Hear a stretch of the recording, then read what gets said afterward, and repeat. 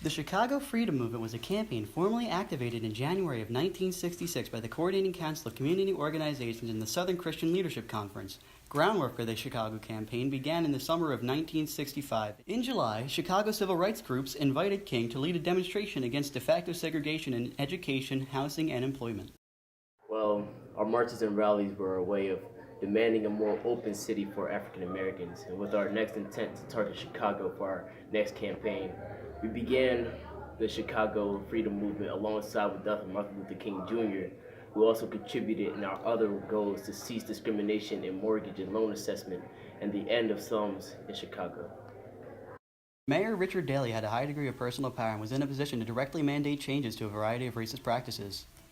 He was a powerful Democratic mayor and was determined to control the Chicago Freedom Movement before it unlocked his political machine's grip on the city.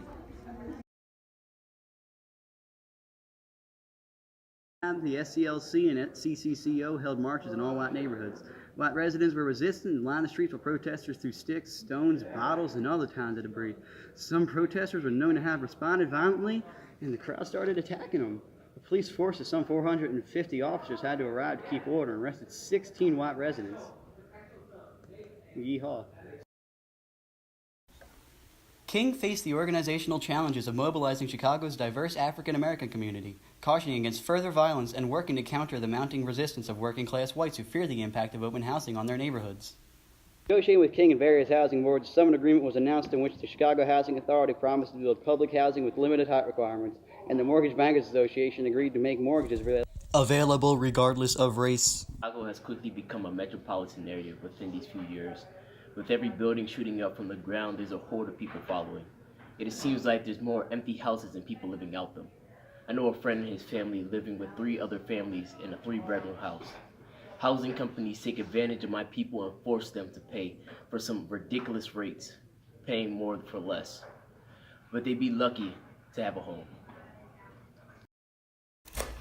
What John refers to is the inequality in how blacks were treated as customers in both real estate and banking companies. Most banks didn't give out loans to blacks, and with the economy blacks were in, they were forced to live in slums where loan sharks took full advantage of the residents in the dilapidated houses.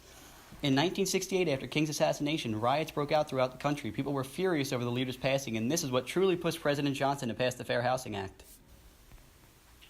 The city agreed to supply far-reaching guarantees for open housing for African Americans. In May 1967, the Leadership Council for Metropolitan Open Communities launched Project Good Neighbor, which is a massive fair housing education campaign. Even though the project was a massive campaign, the policy had incomplete success and much spatial segregation remained.